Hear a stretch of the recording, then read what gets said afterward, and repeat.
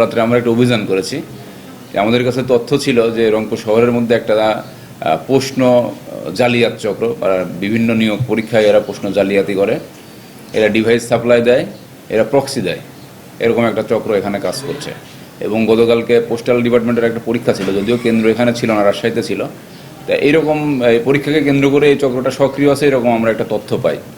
তা তথ্য পেয়ে আমরা গভীর রাতে কালকে এই যে ধাপ জেল রোড, এখানে যে RG ডায়াগনস্টিক সেন্টার আছে, তা তার পাশের একটা বাসার নিচতলায় আমরা অভিযান চালাই এবং সেখানে আমরা 6 জনকে পাই। তো এই 6 জনের কাছ থেকে এবং তাদের যে রুম, তাদের থাকার জায়গা, তো সেখানে আমরা সার্চ করে সেখান থেকে 15টা নন জুডিশিয়াল স্ট্যাম্প এবং স্ট্যাম্পগুলো ফাঁকা এবং স্বাক্ষর করা পাই। 8টা আমরা চেক পাই, বিভিন্ন ব্যাংকের চেক, এবং চেকগুলো ব্ল্যাঙ্ক এবং সেখানে অ্যাকাউন্টের যে মালিক তার সিগনেচার করা ছিল। 4টা আমরা অরিজিনাল সার্টিফিকেট পেয়েছি এবং তাদের এই জালিয়াতির কাজে ব্যবহার করা 5টা মোবাইল ফোন পেয়েছি।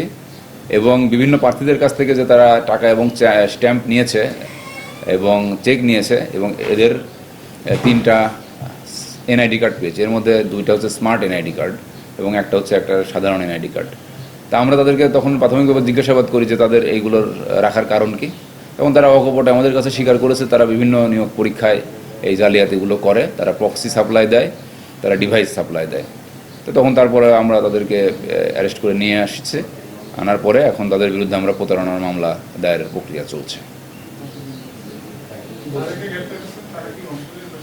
এদের মধ্যে 6 জনের মধ্যে 4 জনের বাড়ি রংপুরে, 2 জনের বাড়ি পার্বতীপুরে, দিনাজপুর জেলায়। না, এরা স্টুডেন্ট, একজন স্টুডেন্ট। এর মধ্যে একজন আছে প্রাইমারি স্কুলের সাবেক শিক্ষক, সে দিনাজপুরে, সে এর আগেও এই একই ধরনের প্রতারণার অভিযোগে সে মামলায় অ্যারেস্ট ছিল। সে 52 দিন জেল খেটেছে এবং পরবর্তীতে সে সাসপেন্ড অবস্থায় আছে, কিন্তু সে এই কাজ ছাড়েনি, সে এখনও এই চক্রের সাথে জড়িত আছে। আর একজন আছে, সে রাজশাহী ইউনিভার্সিটি থেকে মাস্টার্স কমপ্লিট করেছে, করার পরে সে কোথাও চাকরি বাকরি সুবিধা করতে না পারে এই চক্রের সাথে জড়িত হয়েছে। এবং বাকি যারা আছে তারা মূলত এদের সাথে বিভিন্ন কাজে সহযোগিতা করে। আচ্ছা, আমরা এখানে যে 5 জনের এইটা পেয়েছি, হাতে নাতে পেয়েছি, এবং তাদের যে মোবাইল ফোনগুলো এগুলো পরীক্ষা করে আরও অনেকের সন্ধান পেয়েছি যাদের সাথে এটা ঘটেছে। তা আমরা এটা আসলে তদন্ত শেষ হয়নি, জাস্ট আমরা শুরু করছি।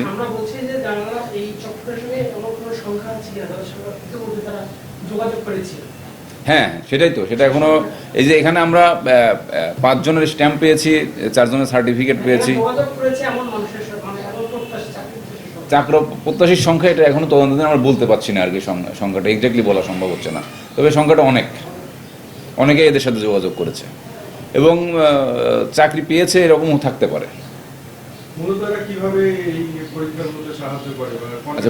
আচ্ছা, এদের সাথে কথা বলে আমরা যেটা বুঝতে পেরেছি সেটা হচ্ছে যে এরা প্রক্সি সাপ্লাই দেয়। প্রক্সি সাপ্লাই বলতে যে একজন ব্রিলিয়ান্ট স্টুডেন্ট, তাকে তার অ্যাডমিট কার্ড দিয়ে পাঠিয়ে দিচ্ছে, সে পরীক্ষা দিয়ে আসছে। তারপর বিভিন্ন ডিভাইস সাপ্লাই দেয়, যে আপনারা জানেন যে প্রাইমারি স্কুলের পরীক্ষার আগে আমরা এই ডিভাইস চক্রকে ধরেছিলাম। এই ধরনের ডিভাইসও তারা সাপ্লাই দেয় বলে স্বীকার করেছে। যে অ্যাপ্লিক্যান্ট তার একটা ছবি থাকে আর প্রক্সিস যারা পরীক্ষা দেয় তাদের তো সাথে কি অ্যাডমিট কার্ডের মিল থাকে? এখন এটা আসলে যারা হলে ডিউটি করে তারা এটা এইভাবে বলতে পারবে যে এটা কিভাবে করে আর কি। তারপর তারা হচ্ছে পরীক্ষার হল থেকে প্রশ্ন ছবি তুলে বের করে দেয়, এরকম কোথাও স্বীকার করেছে। তা এরকম আর কি।